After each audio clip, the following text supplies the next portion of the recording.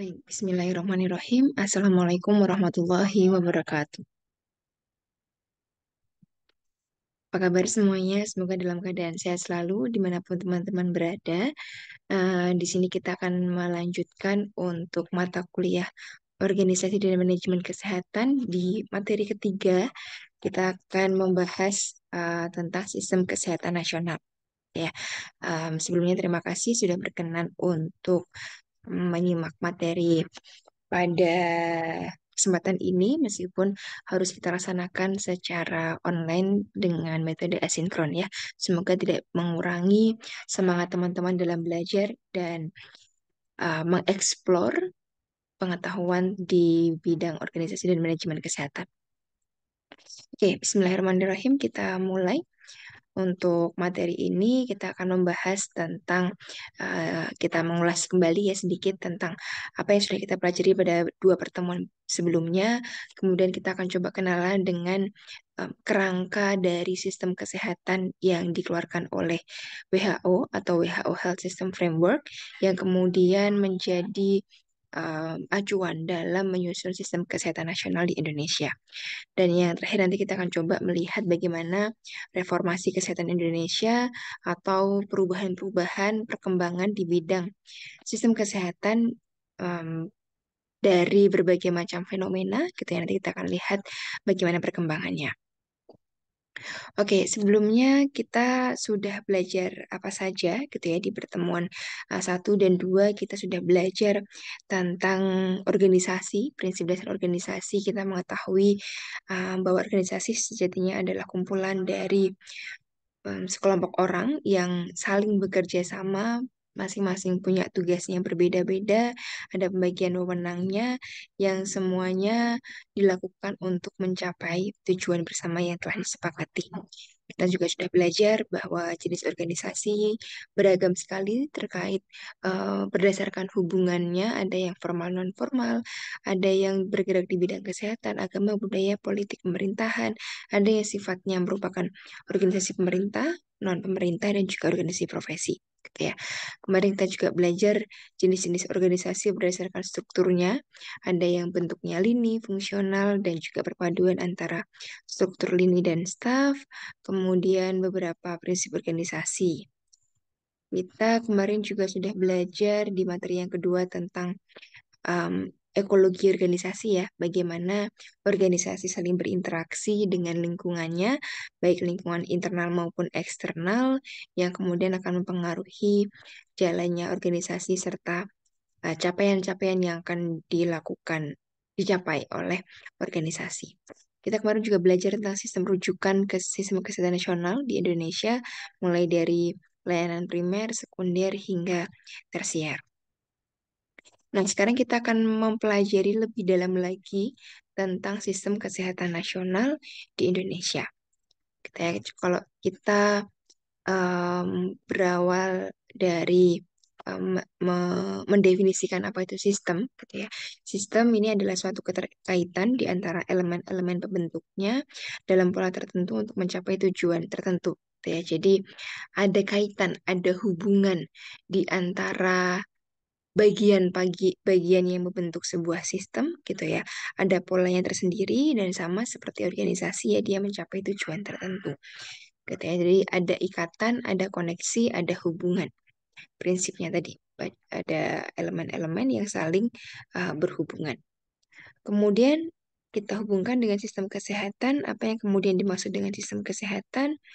Ini kalau kita merujuk pada definisi yang dikeluarkan oleh WHO pada tahun 2007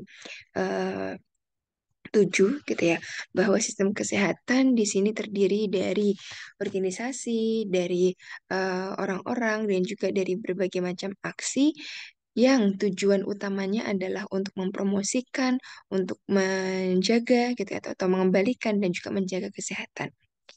Goalnya adalah untuk meningkatkan kesehatan dan ekuitas kesehatan gitu ya, yang bersifat responsif, kemudian adil dalam pembiayaannya, dan juga bisa menciptakan sumber daya kesehatan yang paling baik, paling efisien, dan juga penggunaannya paling eh, terjangkau. Gitu ya, ini dimaksud dengan sistem kesehatan. Kalau kita mencoba melihat kerangka sistem kesehatan yang dikeluarkan oleh WHO, di sini ada beberapa bagian gitu ya. Ada satu, dua, tiga, empat, lima, enam. Ada enam aspek, ada enam blok sini ya. Ada enam elemen yang membentuk sistem kesehatan. Baik itu service delivery, ini adalah pelayanan kesehatan. Kemudian health workforce, ini adalah tenaga-tenaga kesehatan. Kemudian information, bagaimana informasi kesehatannya. Bagaimana penyediaan produk-produk kesehatan mulai dari obat-obatan, teknologi vaksin, dan alat-alat kesehatan. Kemudian bagaimana financing pembiayaan kesehatannya, serta pengelolaan dari segi hukum peraturan gitu ya. Ini yang membangun sebuah kerangka sistem kesehatan. Kemudian kerangka-kerangka ini disusun sedemikian rupa sehingga dengan tujuan untuk meningkatkan kesehatan baik dari tingkat kesejahteraan dan kesehatan masyarakat dan juga ekuitas. Ekuitas di sini mungkin kalau teman-teman memahami ada eh, yang dinamakan equality gitu ya, equality dan juga equity. Equal itu artinya sama, equity itu artinya setara atau seimbang gitu ya. Jadi bagaimana ekuitas kesehatan ini artinya setiap kelompok masyarakat, baik itu dengan berbagai macam latar belakang apapun gitu ya, dengan tingkat ekonomi dan tingkat sosial yang berbeda-beda, mereka sama-sama memiliki kesempatan yang sama untuk bisa meraih derajat kesehatan setinggi mungkin, gitu ya. Kemudian bagaimana sistem kesehatan ini dibangun supaya bisa responsif terhadap segala situasi kondisi. Contohnya ketika kondisi yang gawat darurat gitu ya, kemarin ketika wabah pandemi, bagaimana eh, siap siaga gitu ya, bagaimana eh, cekatannya sebuah sistem kesehatan itu untuk merespon situasi yang tak terduga.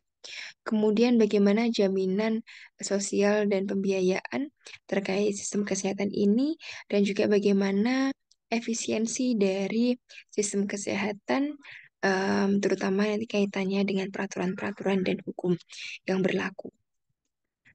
Nah, kemudian sistem kesehatan nasional ini tadi kalau di Indonesia didefinisikan sebagai suatu tatanan yang menghimpun upaya bangsa Indonesia secara terpadu, ya, secara menyeluruh, yang saling mendukung guna menjamin derajat kesehatan yang setinggi-tingginya sebagai perwujudan kesejahteraan umum, ya, seperti yang dimaksud dalam pembukaan UUD 1945.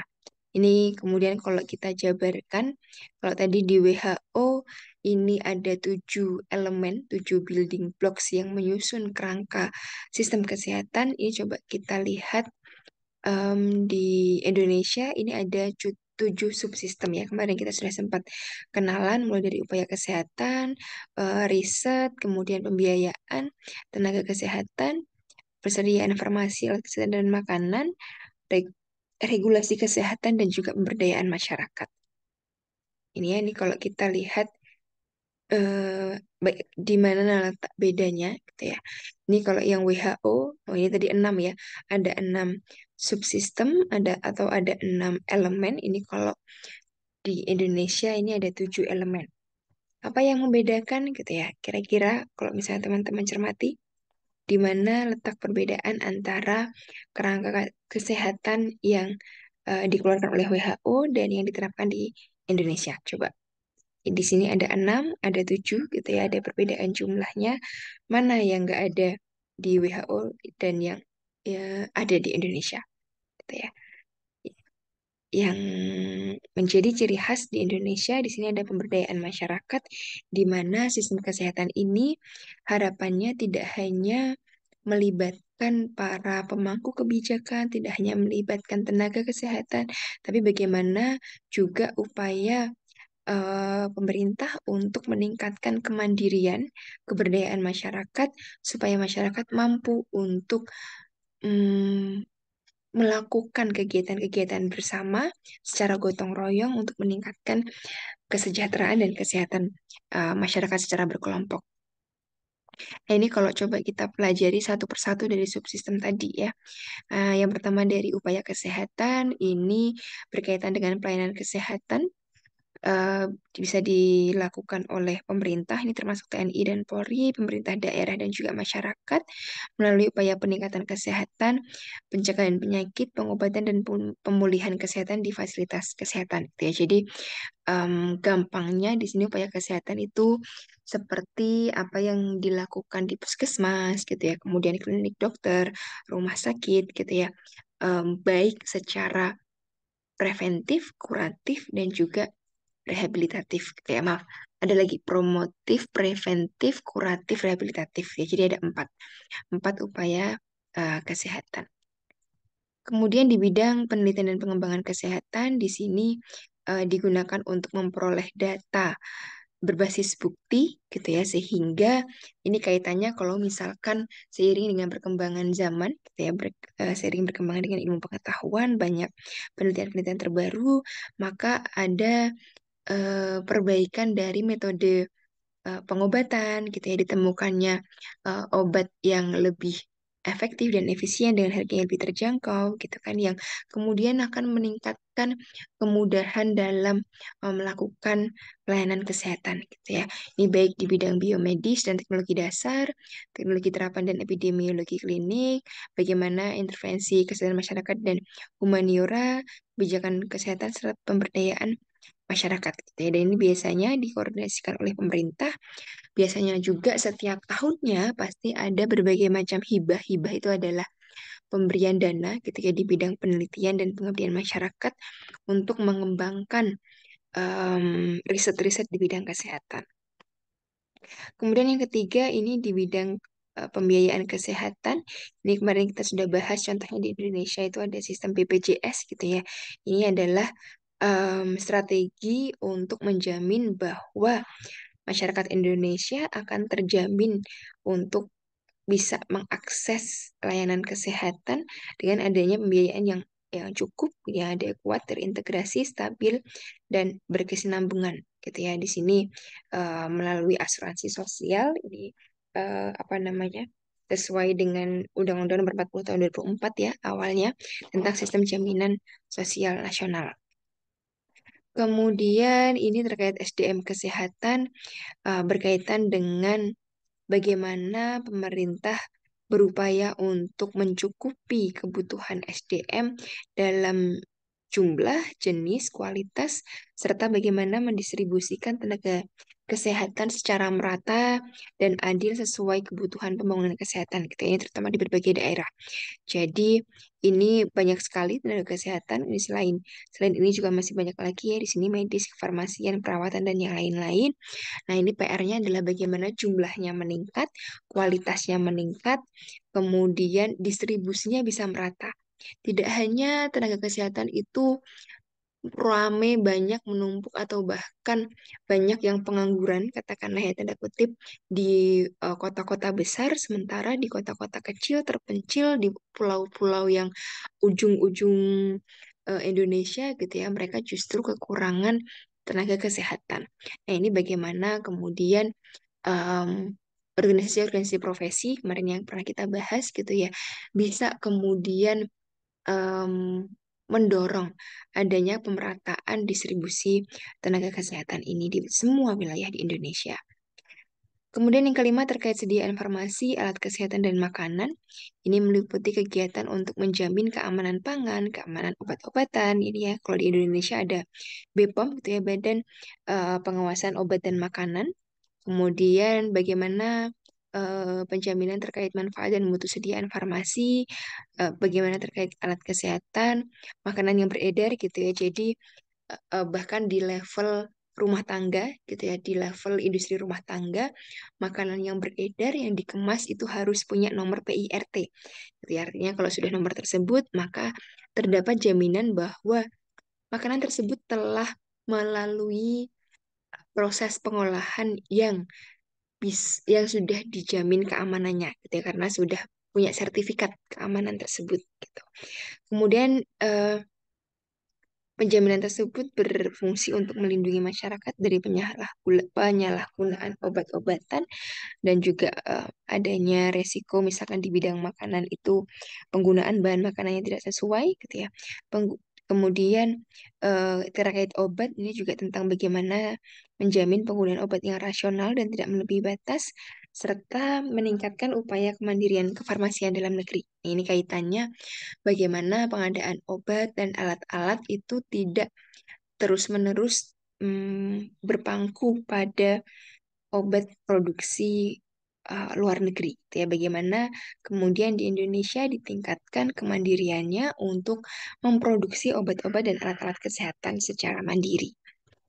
Yang keenam ini di bidang manajemen informasi dan regulasi, ini berkaitan dengan koordinasi, integrasi, regulasi, sinkronisasi, harmonisasi gitu ya. Berbagai subsistem tadi supaya semuanya berjalan dengan efektif, efisien, dan transparan.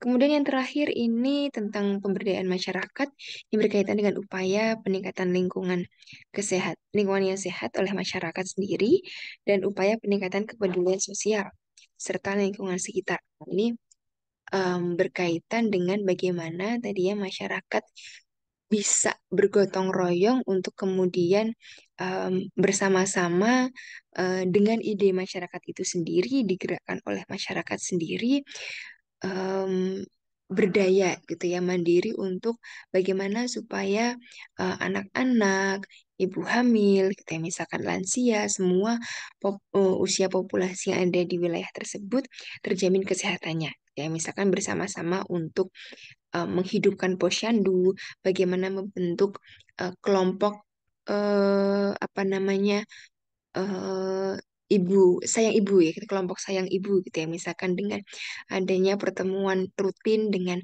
ibu-ibu balita, misalkan adanya arisan warga yang di situ diisi juga dengan edukasi-edukasi kesehatan gitu ya, nanti yang kemudian bisa berawal dari masyarakat untuk masyarakat oleh masyarakat gitu ya, itu untuk meningkatkan kesehatan masyarakat itu sendiri ya. Contohnya atau misalkan senam bersama setiap hari Jumat atau setiap hari Minggu di kantor kelurahan misalkan. Nah, itu juga salah satu contoh bagaimana pemberdayaan masyarakat di bidang kesehatan.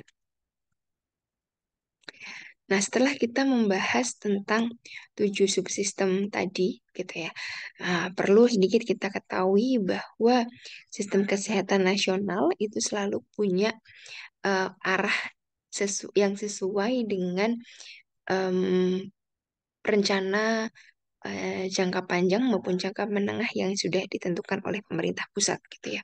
Ini kalau kita menengok di arah kebijakan RPJMN bidang kesehatan tahun 2020 sampai 2024, di sini diketahui bahwa sistem kesehatan nasional di sini memiliki tujuan untuk meningkatkan pelayanan kesehatan menuju cakupan kesehatan semesta, terutama penguatan pelayanan kesehatan dasar, ya primary healthcare di puskesmas, di klinik-klinik dokter mandiri, gitu ya, dengan mendorong peningkatan upaya promotif dan preventif, didukung inovasi dan pemanfaatan teknologi, gitu ya. Nah, ini menariknya yang perlu kita pahami sebenarnya teman-teman di level pelayanan kesehatan dasar, jenis pelayanan yang sebenarnya paling diutamakan ya tadi kita kalau menengok lagi ada 4 jenis pelayanan kesehatan, itu ada yang promotif, preventif, kuratif, dan rehabilitatif.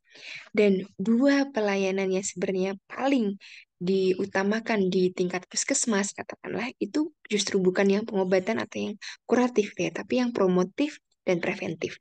Jadi bagaimana mempromosikan kegiatan-kegiatan yang mendukung kesehatan dan juga bagaimana untuk mencegah penyakit gitu ya, sehingga apa namanya mencegah masyarakat itu supaya tidak sakit gitu ya, yang didukung dengan inovasi dan pemanfaatan teknologi.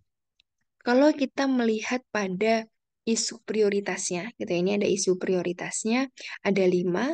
Ini yang pertama adalah peningkatan kesehatan ibu, anak, kemudian bagaimana optimalisasi program KB atau keluarga berencana, dan juga kesehatan reproduksi. Yang kedua tentang percepatan perbaikan gizi masyarakat. Ini juga kaitannya gizi masyarakat di sini uniknya kalau teman-teman pahami, masalah gizi itu tidak hanya tentang kurang gizi, tidak hanya tentang stunting, tapi juga tentang over malnutrition. gitu ya. Jadi bagaimana gizi lebih itu juga menjadi masalah gitu ya, yang nanti kaitannya dengan penyakit-penyakit metabolik, penyakit-penyakit degeneratif seperti hipertensi, stroke, kemudian diabetes mellitus gitu ya, dislipidemia, hiperkolesterol, hiperkolesterol gitu ya, dan berbagai macam penyakit lainnya yang diakibatkan oleh eh, malnutrisi juga gitu ya. Atau ada juga istilahnya hidden hunger gitu ya, atau kelaparan yang tersembunyi. Artinya apa? Mungkin dari pengukuran komposisi tubuh gitu ya, diketahui status gizinya normal. Tapi ketika diperiksa em, lebih lanjut gitu ya dari biokimianya, ternyata ada kekurangan zat gizi mikro gitu ya. Contohnya dia kekurangan hemoglobin gitu ya, atau kekurangan zat besi yang kemudian menyebabkan dia kekurangan hemoglobin, menyebabkan dia anemia gitu ya. Nah, itu yang hidden hunger gitu ya. Secara fisik tidak tampak bahwa dia kekurangan gizi, tapi dia secara zat gizi mikro ternyata dia mengalami defisiensi atau kekurangan gizi. Isu yang ketiga di sini adalah peningkatan pengendalian penyakit, baik penyakit yang menular maupun tidak menular. Kemudian penguatan GERMAS, Gerakan Masyarakat Hidup Sehat, ini terkait promotif ya. Dan juga bagaimana penguatan sistem kesehatan serta pengawasan obat dan makanan. Ini masih menjadi 5 prioritas utama dalam bidang kesehatan.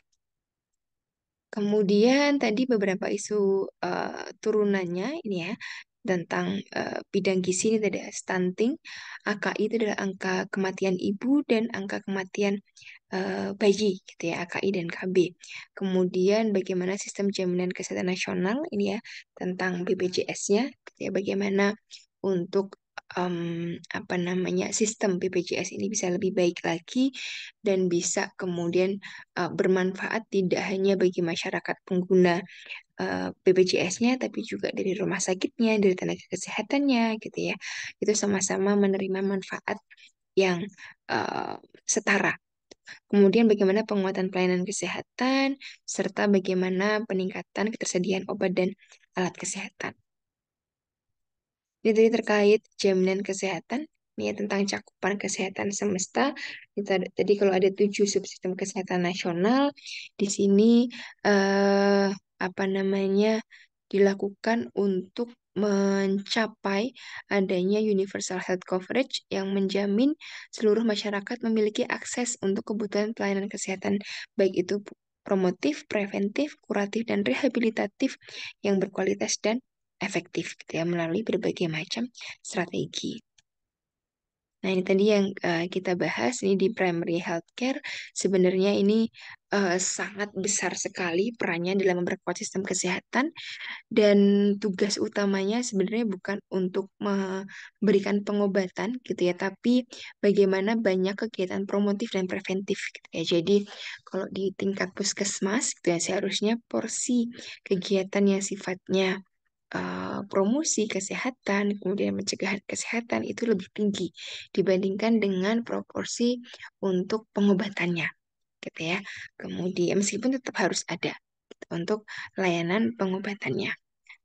Kemudian, nah ini secara sekilas saja teman-teman mungkin perlu untuk bisa memahami ada SDGs gitu ya, ada 17 goal apa namanya, tujuan berkesinambungan, berkelanjutan gitu ya, yang ini disepakati secara global oleh seluruh negara di dunia tentang bagaimana menjamin kesejahteraan dunia gitu ya, masyarakat dunia ini, mulai dari menghilangkan ini, kalau kita lihat di tiga tiga apa namanya, top 3 ini ya, top 3-nya ini termasuk di bidang kesehatan, bagaimana menjamin supaya tidak ada kelaparan, tidak ada kemiskinan, maaf, no poverty, tidak ada kemiskinan, zero hunger, tidak ada kelaparan, good health and well-being, jadi status kesehatan yang baik, well-being ini adalah kesejahteraan, jadi tidak hanya healthy, tapi juga happy, gitu ya,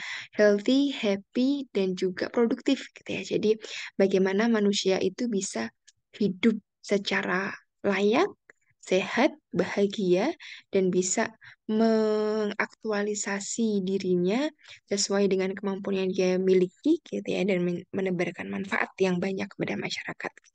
Lebih lanjut nanti ada pendidikan, kemudian lingkungan gitu ya, dan seterusnya, sehingga tercapai ini harapannya semuanya bertujuan untuk mencapai tingkat kesejahteraan yang tertinggi gitu, pada umat manusia. Kemudian ini kurang lebih sama seperti tadi ya, tentang pembangunan kesehatan sebagai prioritas nasional. Tadi ada 5 isu utama ini masih menjadi major project-nya adalah percepatan penurunan kematian ibu dan juga angka stunting. Ya, ini masih menjadi isu nasional sampai saat ini. Kemudian ini terakhir sedikit apa namanya istilahnya pembelajaran ya yang bisa kita petik dari era pandemi COVID-19 yang kemudian mendorong adanya reformasi kesehatan di Indonesia. Ya, ini kita dengan adanya wabah pandemi kemarin, ketika kita bisa mengambil hikmahnya, kita lah katakanlah ya, ternyata kita bisa menarik beberapa poin pembelajaran banyak sekali di sini, terutama kita menyadari bahwa ternyata sejauh ini sistem kesehatan kita menjadi sangat terbebani dengan adanya pandemi COVID-19 gitu ya. Terbebani karena apa? Ternyata masih terbatasnya kapasitas fasilitas kesehatan, adanya keterbatasan logistik farmasi dan alat kesehatan, manajemen data ternyata masih lemah sistemnya, kemudian perlindungan atau proteksi terhadap tenaga kesehatan juga masih terbatas gitu ya. Jadi tenaga kesehatan sendiri kolaps gitu ya, rumah sakitnya kolaps, kemudian masih ada simpang siur tentang kebijakan vaksinasi, masih belum apa namanya terstrukturnya kapasitas pengolahan limbah medis, kemudian laboratorium masih banyak yang belum siap untuk melakukan berbagai macam pengecekan lab gitu ya. Kemudian komunikasi publik gitu ya masih cenderung lemah untuk kemudian melakukan tindakan promotif dan preventif ya, di era pandemi. Kemudian manajemen surveillance juga masih lemah. Sistem rujukan kemarin masih belum optimal dan banyak sekali gitu ya kapasitas testing dan tracing yang kemarin terkait bagaimana tes swab, PCR gitu ya, yang awal-awal di awal-awal pandemi kita mengetahui betapa kolapsnya gitu ya sistem kesehatan Indonesia. Yang kemudian dari pembelajaran tersebut kita menyadari gitu ya perlunya agenda reformasi kesehatan untuk menguatkan sistem kesehatan gitu ya, sehingga kemarin dari Bappenas merespon dari apa yang kemudian dialami oleh sistem kesehatan kita menanggapi pandemi kemarin, menambahkan penguatan sektor kesehatan pada rencana kerja pemerintah tahun 2021 gitu ya. Penguatannya pada apa? Ada 8 area di sini. Bagaimana pendidikan dan penempatan tenaga kesehatan supaya lebih merata, penguatan puskesmas, peningkatan kualitas rumah sakit dan fasilitas kesehatan di daerah terpencil, perbatasan dan kepulauan, bagaimana meningkatkan kemandirian farmasi dan alat kesehatan, bagaimana meningkatkan ketahanan kesehatan, bagaimana meningkatkan pengendalian penyakit dan imunisasi, bagaimana meningkatkan penjaminan pembiayaan kesehatan, serta peningkatan teknologi informasi. Ini ada satu lagi ya, ini harusnya bawahnya pemberdayaan masyarakat juga. Oke, nah ini kita menyadari dan ya, ini hikmah di balik sebuah musibah gitu ya, bahwa dengan adanya pengalaman kita merespon pandemi, ternyata kita sadar, oh ternyata selama ini kita lemah sekali gitu ya. Dan supaya tidak terjadi lagi sistem yang kolaps gitu ya, dengan adanya kita nggak tahu nanti akan ada apa lagi gitu ya, bisa saja ada wabah yang lain lagi. Nah, supaya tidak terjadi kolaps yang sama, nah maka sistem kesehatan ini perlu dikuatkan pada berbagai macam aspek ini. Nah, itu tadi terkait materinya, gitu ya. Nah, supaya lebih lebih mendalam dalam memahami tentang sistem kesehatan tadi, gitu ya, termasuk subsistem-subsistemnya. Ini ada sedikit tugas kelompok lagi. Tugasnya kelompoknya masih sama seperti yang kemarin, dilanjutkan, gitu ya. Beberapa kaitannya juga masih dengan organisasi yang teman-teman kemarin pilih. gitu ya. Jadi yang sebelumnya teman-teman sudah menganalisis profil organisasi dan juga bagaimana kolaborasi dengan organisasi lainnya gitu ya. Nah, sekarang tugasnya adalah berdasarkan hasil diskusi yang kemarin gitu ya. Kan ada programnya apa gitu ya, dengan siapa. Nah, coba dianalisis bagaimana peran organisasi Anda dan juga aksi-aksi kolaborasi yang dilakukan dalam subsistem kesehatan nasional. Maksudnya bagaimana gitu ya. Tadi kan ada 7 sistem di dalam SKN tadi ya. Nah, jelaskan pada subsistem yang mana organisasi Anda berperan. Misalkan, organisasi yang teman-teman pilih adalah Persatuan Ahli Gizi Indonesia. Kemudian bekerja samanya adalah dengan ILMAGI, Ikatan Lembaga Mahasiswa Gizi Indonesia, dengan program kolaborasinya yaitu ada apa namanya, edukasi kepada mahasiswa gizi terkait apa namanya, uji kompetensi eh, ahli gizi gitu ya, untuk bisa menyiapkan lulusan mahasiswa gizi nanti supaya bisa lebih siap dalam menempuh ujian kompetensi, misalkan ada sosialisasinya kan. Nah, program tersebut gitu ya, itu bisa dikatakan dia apa namanya, masuk ke dalam subsistem yang mana gitu ya. Apakah subsistem mana tadi? Apakah dia di subsistem upaya kesehatan, penelitian dan pengembangan, pembiayaan kesehatan atau yang mana? Gitu ya. Karena tadi kaitannya dengan menyiapkan mahasiswa gizi apa ya, supaya siap menjadi ahli gizi gitu ya, yang sesuai dengan kompetensinya, maka bisa dikatakan itu untuk menjamin ketersediaan sumber daya manusia kesehatan, dalam hal ini adalah tenaga kesehatan di bidang gizi atau ahli gizi, supaya mereka tercetak gitu ya, tercetaklah ahli gizi yang berkompeten yang setelah memenuhi ujian kompetensi terstandar secara nasional. Ya, jadi dijabarkan program yang dilakukan oleh organisasi Anda itu masuk ke dalam subsistem yang mana. Ya, nah, kemudian sama dikerjakan dalam bentuk PPT, dilanjutkan saja PPT-nya yang sebelumnya gitu ya. Nah, bedanya adalah untuk tugas yang terakhir ini saya minta teman-teman dalam satu kelompok sekaligus untuk membuat presentasinya dalam bentuk video. Jadi merekam. Gitu ya, sama rekamannya seperti apa? Seperti yang saya bikin di sini. Misalkan teman-teman bisa apa namanya, bikin Zoom gitu ya. Isinya adalah anggota teman-teman, kemudian share screen, di-record gitu ya. Durasinya maksimal 7 menit gitu ya. Minimal 5 menit, maksimal 7 menit. Yang dipresentasikan ini kumpulan dari materi 1 sampai 3 gitu ya, tugas 1 sampai 3 yang kemarin sudah dikerjakan gitu ya. Nanti tugasnya baik file PPT-nya dan juga videonya nanti dikumpulkan di Google Drive di sini ya, alamatnya paling lambat tanggal 5 April 2024 jam 12 siang. Oke, jam 12 siang ya. Nah, nanti untuk penilaian seperti apa? Nah, nanti penilaian dari saya ada aspek isinya, isi materi presentasi, sikap dan penampilan presentasi, serta media presentasi gitu ya. Detail komponen penilaiannya ada di sini ya. Jadi teman-teman silahkan dipastikan apa namanya, apa yang dikerjakan ini masing-masing sudah, apa namanya, teman-teman tahu ini yang akan dinilai apa saja. Silahkan nanti dibuat presentasinya sebaik mungkin sehingga apa namanya, penilaian nanti juga baik gitu ya. Mulai dari poin-poinnya nanti harus jelas, akurat, mudah dimengerti. Kemudian ada pembahasan yang diperoleh dari hasil berpikir kritis gitu ya. Tidak hanya copy paste dari websitenya gitu ya.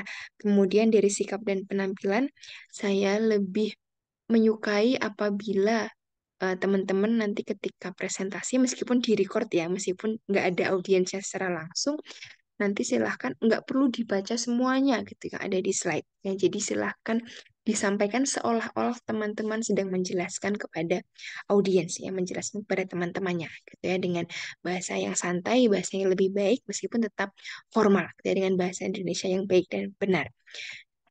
Jadi nanti apa namanya, seolah-olah ada interaksi teman-teman dengan audiens gitu ya. Kemudian terkait PPT-nya, layout presentasinya dan juga akan ada penilaian. Jadi silahkan disusun sebaik mungkin, secantik mungkin, serapi mungkin gitu ya. Nggak perlu terlalu ramai sekali, banyak hiasannya. Yang penting enak buat dilihat ya. Tuh. Kurang lebih seperti itu materi untuk topik ini gitu ya. Dan ini nanti sekaligus untuk presentasinya itu sekaligus untuk mengisi presensi pada pertemuan keempat gitu ya. Jadi nanti untuk apa namanya presensi kehadiran teman-teman seperti apa nanti presensinya akan saya yang menginputkan di portal. Nanti akan saya input di portal apabila teman-teman sudah mengumpulkan tugasnya. Gitu ya, tadi paling lambat tanggal 5 April 2024. Gitu ya, itu untuk pertemuan 3 dan 4 sekaligus. Itu saja dari saya. Nanti apabila ada yang kurang jelas silahkan bisa menghubungi saya, baik bisa melalui email atau juga menghubungi saya lewat WhatsApp gitu ya. Meskipun saya lebih nyaman untuk lewat email, ya karena kalau lewat WhatsApp nanti sering lebih besar resiko untuk ketumpuk gitu ya. Itu saja. Terima kasih semuanya. Semoga bisa menjadi pembelajaran yang baik.